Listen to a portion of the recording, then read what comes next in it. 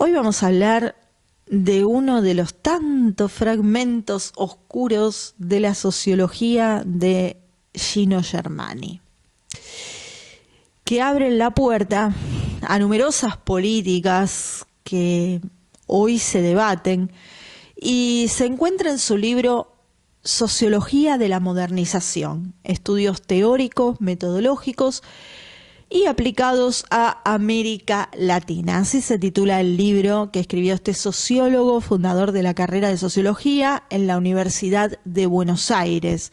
Así es que si recién te estás sumando, te doy la bienvenida a Sociología de las Cosas. Mi nombre es Ceci Beckett y soy licenciada en Sociología por la Universidad de Buenos Aires.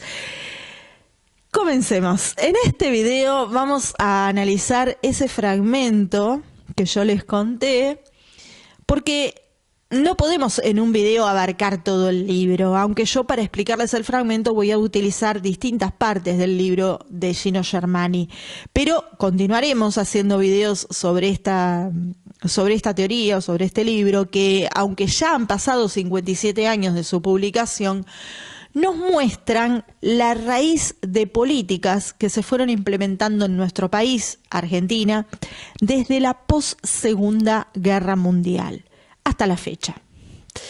Estas propuestas de modernización de Gino Germani, que como les conté, fundador de la carrera de Sociología en la Universidad de Buenos Aires, han calado en todos los discursos de los partidos políticos. Así se identifiquen como izquierda, centro o derecha, orientan su política hacia un mismo horizonte. Habrá diferentes formas de hacerlo, habrá distintos intervalos de tiempo para implementarlas, esas políticas, pero es como que si el horizonte fuera siempre el mismo. ¿Me explico?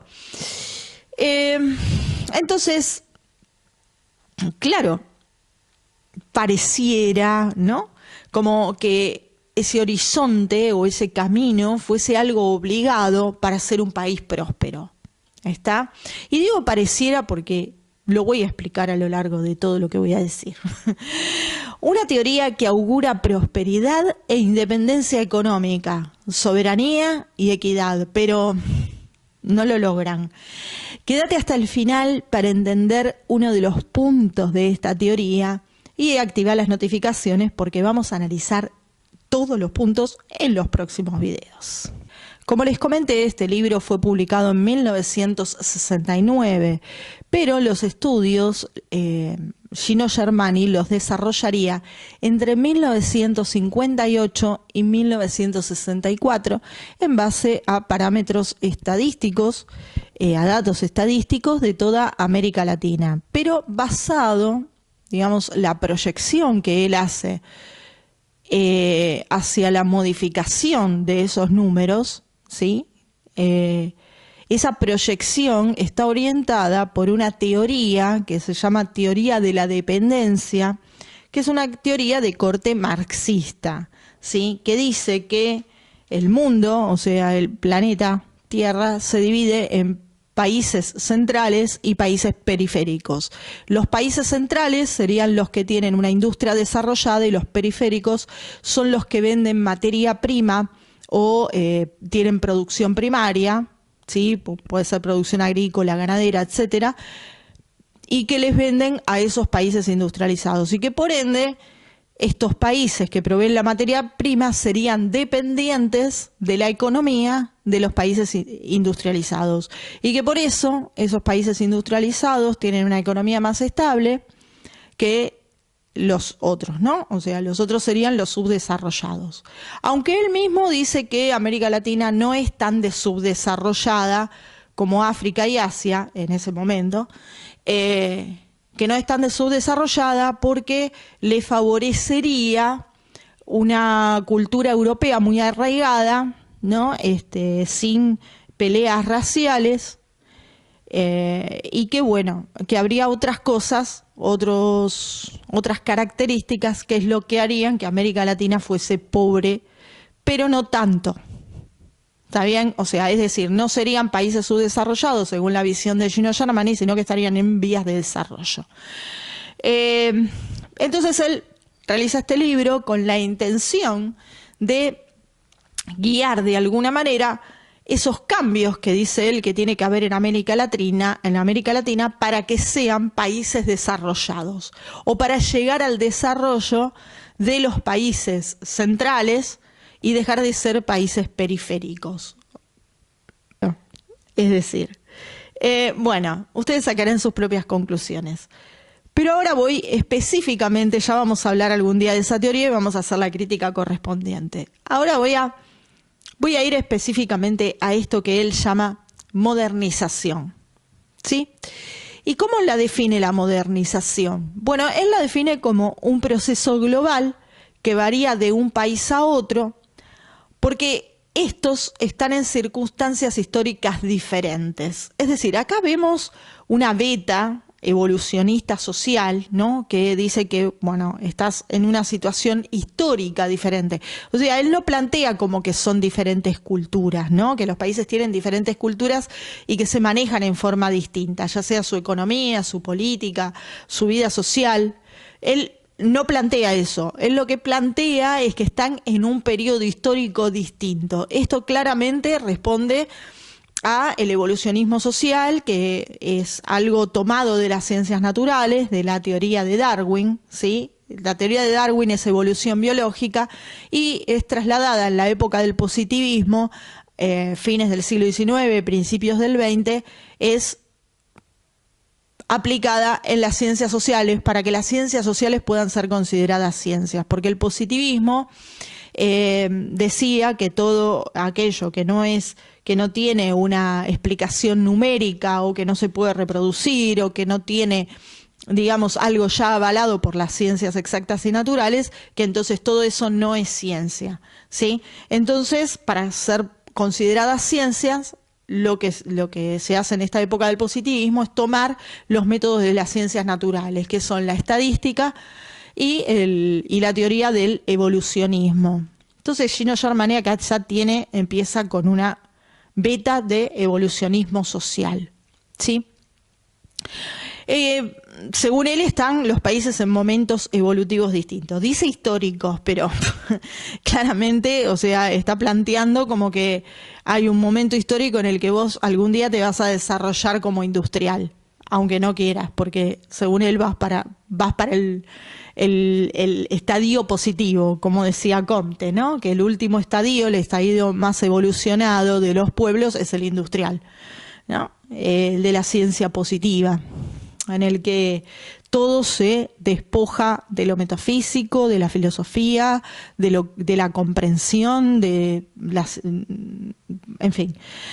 Entonces, a través de este proceso de modernización, se llegaría a una sociedad industrial moderna, como si fuese lo óptimo, ¿no? A lo que se debería llegar, que estaría caracterizada por secularización científica, secularización tecnológica y secularización económica. Secularización es estar en el orden de los tiempos, o sea, de los tiempos que marcan los países centrales, que son los países industrializados, ¿no? O sea, los industrializados es como que marcarían de qué forma hay que hacer ciencia, de qué forma hay que hacer tecnología y de qué forma hay que hacer economía, ¿no? Y que los demás países tienen que alinearse a eso si no quieren ser periféricos. O sea, digamos, proveedores de tanto de materias primas como de producción primaria. Bien, son 3 características que se convierten en variables, es decir, que van cambiando en el tiempo, ¿no? Son aspectos a analizar desde la situación actual y cómo deberían comportarse a futuro para lograr ese proceso. Es decir, ayornarse en lo científico, es decir, tratar la ciencia como la tratan los países industriales, tratar avanzar tecnológicamente como avanzan los países industriales, o sea, eso sería como un proceso, ¿no? Entonces, ¿cómo debemos comportarnos a futuro para ser países desarrollados, es decir, industrializados, básicamente? Bien, y plantea que esta secularización es condición necesaria, pero no suficiente. Es decir, es como el comienzo, ¿no? Vos iniciás tu proceso de industrialización o modernización, sinónimos en este caso, a través de estos 3 parámetros. Muy bien, ¿y qué implica esta secularización? Bueno, él dice que se necesitan 3 cosas para secularizarse en esos 3 aspectos. Uno es el cambio en la estructura normativa que rige la acción social y las actitudes internalizadas. Es lo que llama modernización social, ¿sí? En esa modernización social, cuando nosotros decimos, cuando Gino Germani dice cambio en la estructura normativa que rige la acción social, estamos hablando de un cambio de normas de las relaciones sociales. Es decir, estamos hablando de un cambio de cultura, básicamente, ¿sí? Y las actitudes internalizadas, es decir, en cada cultura uno tiene actitudes internalizadas que se basan en la cosmovisión de ese pueblo. Bueno, él dice que esas actitudes internalizadas hay que cambiarlas, hay que secularizarlas, hay que hacerlas como los países desarrollados, ¿sí? Todo esto se llama modernización social, y esa modernización social implica varios puntos, que ahora vamos a ir a esos puntos. Después, lo segundo es que hay que especializar y autonomizar las instituciones. Eso se llama modernización política. Hay un cambio de las instituciones de la organización política de ese país, que hay que cambiarlo y que esas instituciones tienen que manejarse de otra manera, que ya lo vamos a profundizar eso en otro video. Y el tercero es el desarrollo económico. Ok, pero hoy nosotros nos vamos a concentrar en ese primer aspecto, ¿no? En el primer aspecto que él dice que es necesario para que un país se modernice y se secularice, que es el cambio en la estructura normativa que rige la acción social y las actitudes internalizadas. Así lo dice. Y que eso se llama modernización social. Muy bien. Cuando vamos a ese punto, ¿sí? Plantea varios subítems a esta modernización social, y uno de esos ítems dice que el número 3 exactamente, dice que hay que disminuir la tasa de mortalidad y disminuir la tasa de natalidad. Lo dice así claramente, y acá no hay problemas de traducción porque lo escribió en castellano. ¿Me explico? Es decir, si hubiese querido decir otra cosa o si hubiese habido un error de imprenta, justamente en algo así debería haber habido una fe de ratas que nunca hubo. Así que no estén especulando o imaginándose que Gino Germani era un angelito que se había equivocado con lo que dijo. No. Más allá de que a algunos les parezca bien o mal, dijo exactamente eso, ¿sí?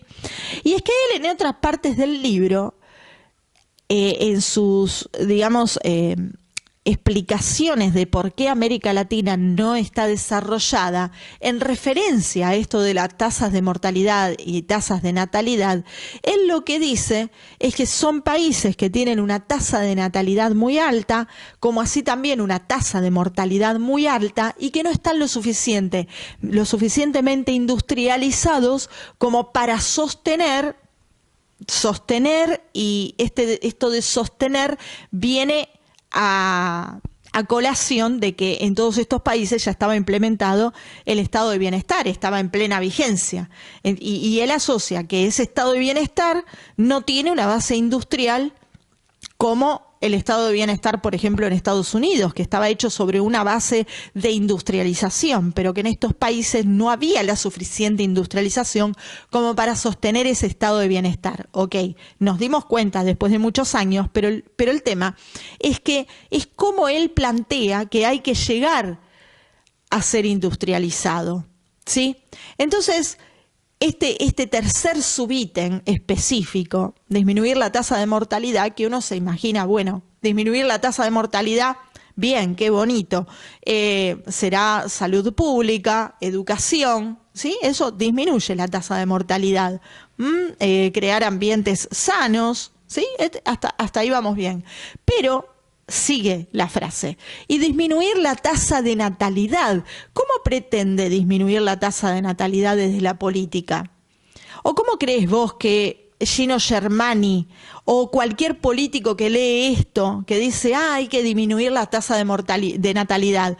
¿Cómo hacemos para disminuir la tasa de natalidad? No quiero mencionar cosas, pero ¿me explico a dónde voy? Si queremos disminuir la tasa de natalidad, es decir, manipular la cantidad de gente que nace, ¿sí? Esto ya sería, primero, meternos en la vida privada de las personas, ¿sí?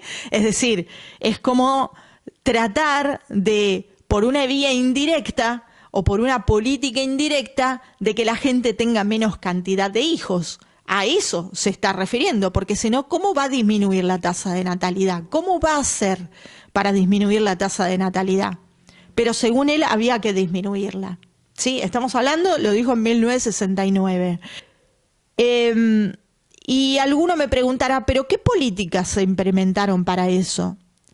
No está de más hurgar en lo que han hecho los gobiernos en Argentina para disminuir la tasa de natalidad, ¿sí? Y que muchos, y nadie se ha dado cuenta de eso. Una de las políticas, ¿sí?, que disminuye la tasa de natalidad es el divorcio, claramente, ¿sí? Cuando la pareja se divorcia, o bien ya no quieren tener más hijos con otros, con segundos, con terceros, ya no tienen plata para afrontar eso, porque el mismo divorcio implica una quiebra económica, a no ser que seas un millonario. Entonces ya se complica la economía de la familia con el mismo divorcio, y esa economía quebrada ya no puede sostener más hijos, ¿sí? Acá habría esta cuestión. ¿Qué otra cuestión, digamos, o qué otra medida política indirectamente disminuiría la tasa de natalidad? Hay una que la disminuye en forma directa, que es el aborto. Sí, el aborto disminuye la tasa de natalidad abiertamente, ¿sí? O sea, en forma directa, que fue la última que se implementó. Pero antes de eso se implementaron otras. Después se implementó a través de los medios de comunicación un estilo de vida.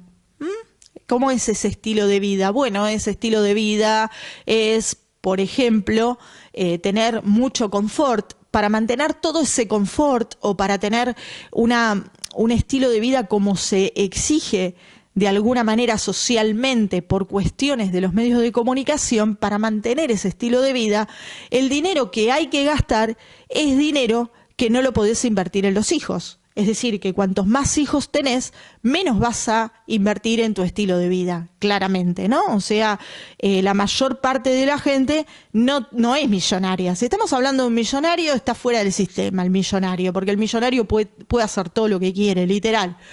Pero el que no es millonario, ¿sí? La cantidad de hijos que tiene implica determinados sacrificios, determinado manejo de la economía, del hogar. Entonces, bueno, si esa economía no se puede sostener, lógicamente va a tratar de no tener tantos hijos. Y si los tiene, ¿qué pasa?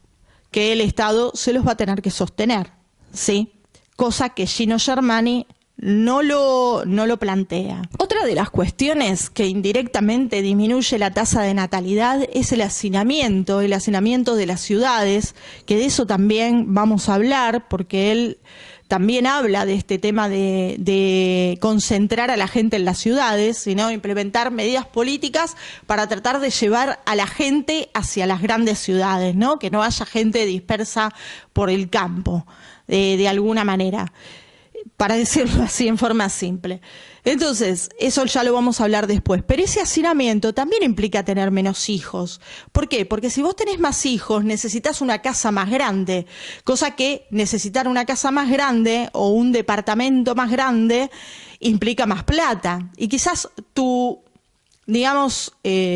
sueldo, tus ingresos no dan para tener ese tipo de hogar.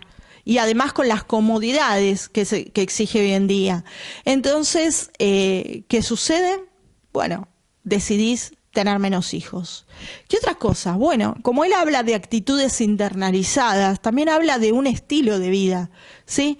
Y en ese estilo de vida es en donde las políticas van a trabajar para lograr indirectamente que la tasa de natalidad disminuya. La mente de las personas ya cambió. ¿Y por qué cambió?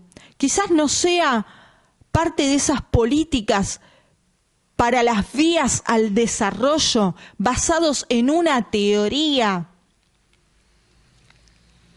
marxista como es la teoría de la dependencia, para lograr una sociedad industrializada o una sociedad industrial. Y alguno me va a decir, pero está bueno tener una sociedad industrial. ¿Estás seguro de que está bueno tener una sociedad industrial? ¿Estás seguro de que la teoría de la dependencia no puede ser refutada? Y si se implementaron un montón de políticas basados en una teoría que hoy alguien la refuta y dice, mirá, todo esto lo hicieron mal, porque en realidad no era tan así, es una teoría. Esto es lo que dijo Gino Germani. Y esto es lo que han tomado todos los partidos políticos como si fuese, como dije al principio del video, como si fuese un manual de lo que hay que hacer políticamente para ser un país industrializado. Y sí, algunos de ustedes me van a estar preguntando, ¿y por qué hay que ser un país industrializado? Porque lo dice la teoría de la dependencia. La teoría marxista de la dependencia dice que hay que ser un país industrializado para no depender de las potencias. Pero quiero que vos reflexiones, aunque no seas sociólogo, que reflexiones. ¿Realmente ser el productor agrícola ganadero es ser un país dependiente? Contéstame. Nos vemos la próxima.